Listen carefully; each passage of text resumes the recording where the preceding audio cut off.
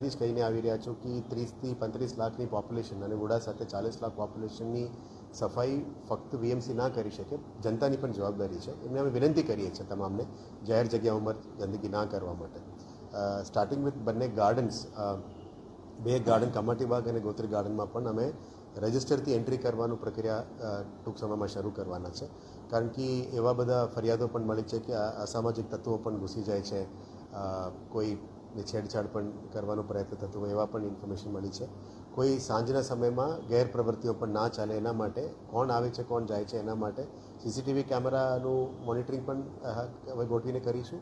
પણ એક રજિસ્ટર એન્ટ્રીથી થોડી જવાબદારીપૂર્વક લોકો આવે અને મિસયુઝ ના થાય એના માટે અમે આ પ્રક્રિયા શરૂ કરવાના છે, જેથી કરીને થોડું ડિસિપ્લિન આવે.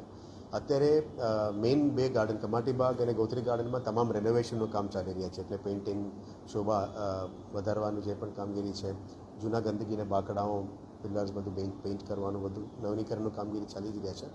આવનારા દિવસોમાં તમામ 130+ ગાર્ડનની પણ આ કામગીરી સિવિલ ડિપાર્ટમેન્ટ દ્વારા કરવામાં આવશે, જેથી કરીને લોકોની સવારે આવે સાંજે આવે પબ્લિક સ્પેસને સારી રીતે યુટિલાઇઝ કરી શકાય અને પબ્લિક સ્પેસીસ પબ્લિક સિટી માટે છે એને પણ વધારનું સારું મેન્ટેન કરવા માટે વીએમસી તરફથી પ્રયત્ન ચાલુ છે.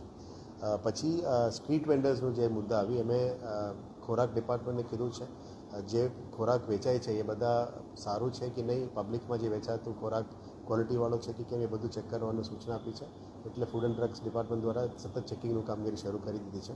અને ઇવન સ્ટ્રીટ વેન્ડર પોલિસીમાં પણ ઉલ્લેખ કરી છે કે 11:30 વાગે પછી ત્યાં મૂકીને ના જઈ શકે, એટલે એમને ફરતું જ રહેવાનું છે લારી ગલ્લાને, એક જગ્યામાં મૂકીને ના જઈ શકે. એટલે એના ઉપર પણ એમને પહેલાં સમજાવવાનું, વહીવટી ચાર્જ લેવાનો હોય તો લઈને પછી પણ 11:30 વાગે પછી ત્યાંથી નીકળી જવાનું પણ કીધું છે. ફિલ્ડ વિઝિટ દરમિયાન એવું જોવા મળે છે કે લોકો મૂકીને જતા રહે છે આખો રાત અને સવારે આવીને ફરી ચાલુ કરી દે છે.